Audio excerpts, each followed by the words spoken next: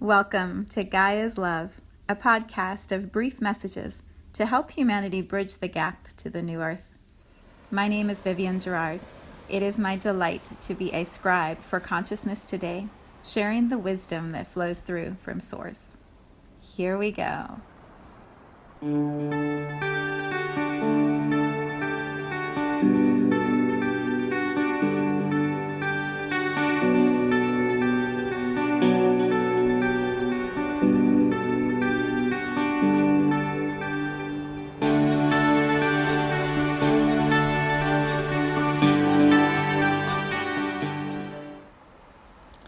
Episode 109. It is Thursday today. It's a little cloudy and gray here. No sunshine, no blue skies today. Just kind of a little foggy winter blah outside. Sometimes that's the only word for it when you look out the window. It's like, it's just kind of gray. Yes, and that feels like some of the collective energy that I've been sensing as we move towards the end of this week. There's this push or rush to get everything done and, in our house here, finish the exams and get the shopping done and arrive at Friday. Friday has been this deadline in our minds of then the fun begins. Until then, it's a lot of work. So I don't know if you're in that same sort of energy field. The pressure of all the to-dos seem to have been accumulating, and then tomorrow, at least for me, it feels like tomorrow there's this exhale and some spaciousness, for the holidays to begin. So today, there's been this theme this week that just sort of unfolded. I wasn't aware we were going to go this direction. I thought before the holidays we're going to be talking about fun and light and joy, and what we have been doing in this space, what I have been doing, is really being present with what I'm feeling. And, some of that is really deep right now about presence, integrity, relationships, visibility, some really big themes, ego.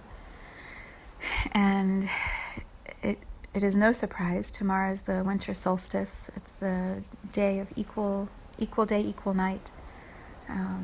Here in the Midwest, around the world, but in different versions of it. But for us, it's the shortest day of the year where we have less light, and the very next day we have a full moon. So we are definitely in a time of reflection and illumination and new awarenesses, new understandings, being able to see things with a different lens. And sometimes that's uncomfortable. Many times that's uncomfortable. We look at the places in ourselves we don't really like. And in doing so, we can understand ourselves better and perhaps have more forgiveness and compassion for ourselves. And then let some of it go. Let some of it go and begin to expand the places we do like within ourselves, the qualities we are proud of and wanting to expand and wanting to express more into the world. It's a lot, huh? It's a lot. So the theme that came forward in my meditation this morning was a Zen card called Morality. And it was the third card that I drew when I was creating my arc that I do from one new moon to the next new moon. Thank you to Sarah Faith of the Many Moons Workbook for that beautiful idea and the questions that she prompts you through. The morality card, I had the completion card first. It was right when I'd finished writing the book.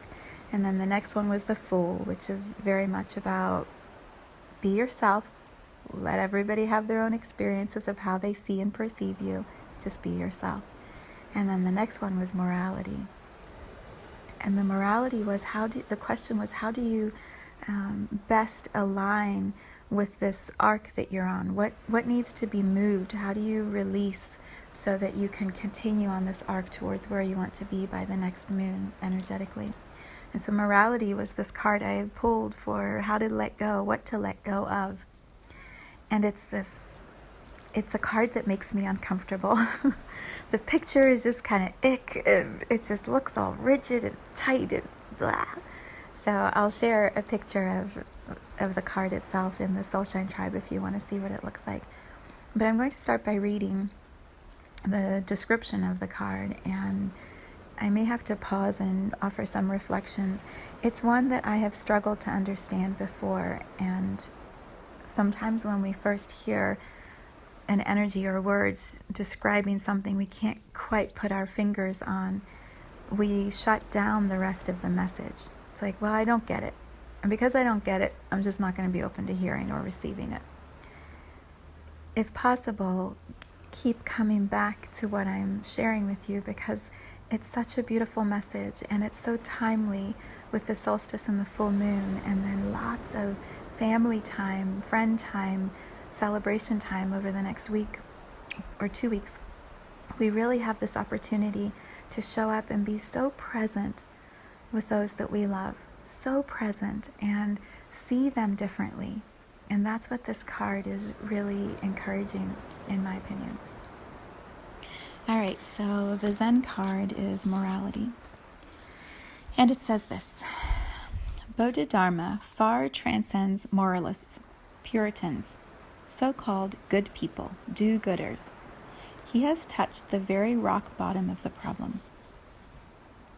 Unless awareness arises in you, all your morality is bogus. All your culture is simply a thin layer which can be destroyed by anybody. But once your morality has come out of your awareness, not out of a certain discipline, then it is a totally different matter. Then you will respond in every situation out of your awareness, and whatever you do will be good. Awareness cannot do anything that is bad. That is the ultimate beauty of awareness, that anything that comes out of it is simply beautiful, is simply right, and without any effort and without any practice. So rather than cutting the leaves and the branches, cut the root. And to cut the root, there is no other method than a single method, the method of being alert, of being aware, of being conscious. The commentary on the side, it's this picture of it looks like lines that create sort of a window, like a window pane, and behind it are clouds, and you can see the clouds, but then there's this sort of jester-looking character that is trapped inside the rectangle lines, and you can see like the face is all squished up and pruny, and the hands are tightly together right at the root, and it just looks like this little character is squished into a little box and it can't move, and everything's just really sort of gray and depressing. I'll put the picture if that helps you see it. Here's the commentary. Morality has restricted all the juice and the energy of life to the narrow confines of her mind. It can't flow there, so she really has become a dried up old prune. Her whole manner is very proper and stiff and severe, and she is always ready to see every situation as black and white, like the jewel that she wears around her neck. The Queen of Clouds lurks in the minds of all of us who have been brought up with rigid ideas of good and bad, sinful and virtuous, acceptable and unacceptable, moral and immoral. It is important to remember that all these judgments of the mind are just products of our conditioning, and whether our judgments are applied to ourselves or to others, they keep us from experiencing the beauty and the godliness that lies within. Only when we break through the cage of our conditioning and reach the truth of our own hearts can we begin to see life as it really is.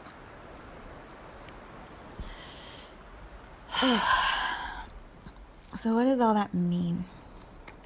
I'm going to offer my definition and then allow whatever comes up for you to guide you in your own definition.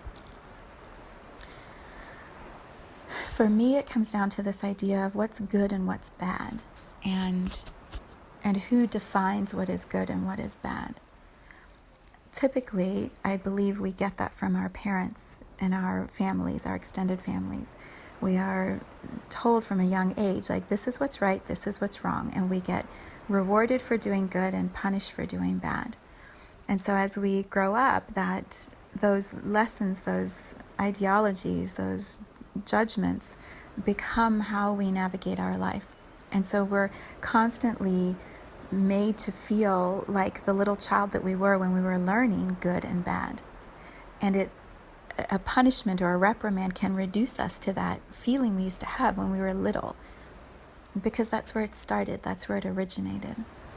And because that is unique to the family in which we were raised or the environment in which we grew up, there's this multitude of definitions of good and bad and right and wrong. And everyone has their own interpretation of it based on where they grew up and how they grew up and what their parents' conditioning was. And so all of us bring all of this with us. And then as adults, as parents, as grandparents, we are coming from those childlike judgments that we internalized and regurgitating it back to the next generation, adding in our own life lessons we've learned along the way. So it's a hot mess. It's just a hot mess, the whole thing. And there's no way everyone can agree, because all of us have had different experiences and upbringings. So we have our unique interpretation of good and bad, and then we get into relationships or friendships or work environments, and we bring all of our conditioning with us.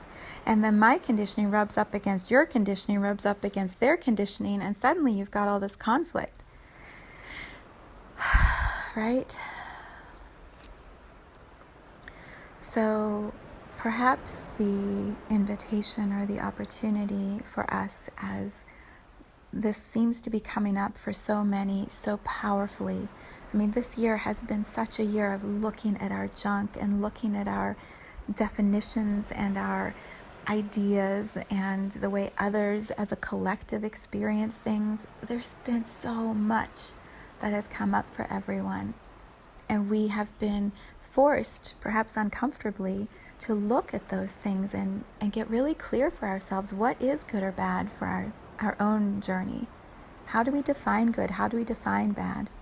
What is right? What is wrong? The invitation at this moment feels like, what if all of it is just simply an experience of life, of being a human? And there really is no good or bad, no evil person or terrible, horrible person, and also no angel person. We're all simply humans who are learning through the contrasts of these judgments and projections. We're learning about our hearts, about our souls, about love, about connection. We're defining words like integrity and honesty and truth and compassion, forgiveness. We're learning through these experiences. And the restrictions that we put around things, the boxes we put ourselves and others into, the judgment that we have around all of it, it's part of the learning, and also it's part of the releasing. None of us are perfect. All of us are souls in human bodies here to explore, here to define and understand and heal karma, heal humanity, heal the divide between nature, Gaia, Earth, and humans who walk around and beat the planet up. All of it is just this experience that we are creating together. And so when we are rigid in our ideas of what's good and what's bad, we lock ourselves into a pattern, and we lock others around us into that same pattern. And then there's all this resistance and drying up and shriveling and hurt, and it just gets harder. It gets the fun, the juice of life just gets squeezed out, and it just becomes drudgery. So what if we sit with that and allow some of the boxes to fall away or dissolve?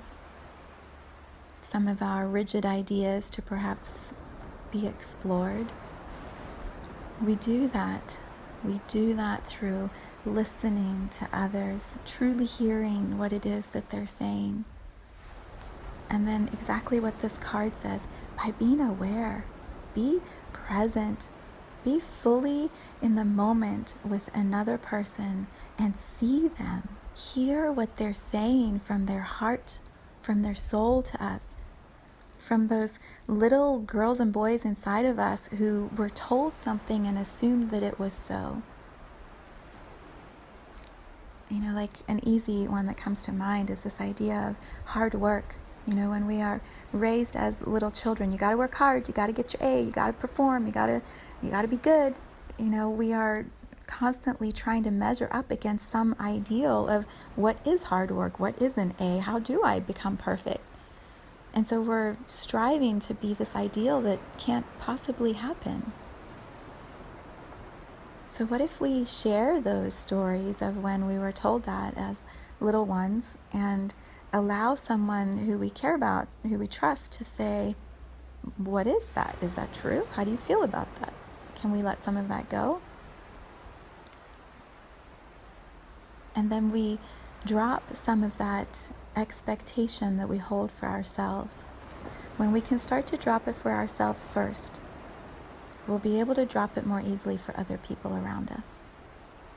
And as we all start dropping a little bit of that judgment, that box, that morality, that expectation of anyone to be anything other than who they are, as we drop that and then we're simply present with those around us, we're just aware. We're aware of who they are in their heart. Like in the heart of every soul in a human body at this time on this planet, in the heart of all is love. Whether that's just a tiny spark ready to be expanded, or whether it's a huge heart that's got a big padlock around it because the person has been hurt so many freaking times in their life they don't want to try again. Inside is love. So if we see that love in the other and we celebrate it and breathe acceptance into the other and are simply aware of who they are in their heart, and we see them and we honor them for that love that they are. Awareness cannot do anything that is bad. Awareness arises with ease, with grace, with no effort, no practice.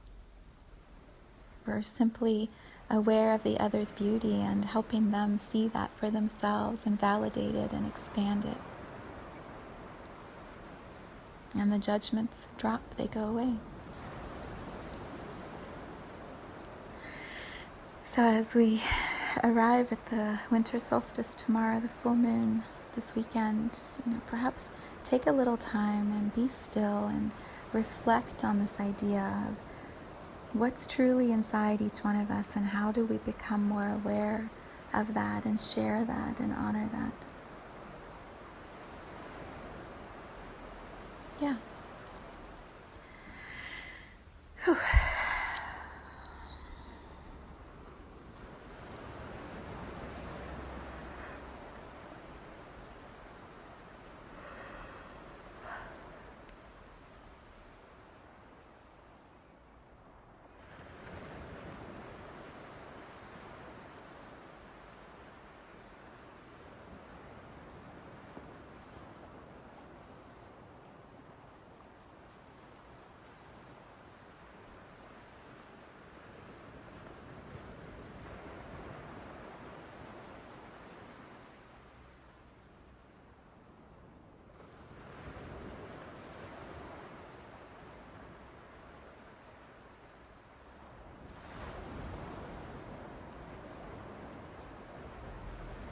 Thank you for tuning in to today's vibration.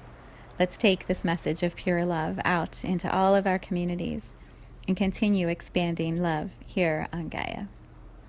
So much love from my heart to yours.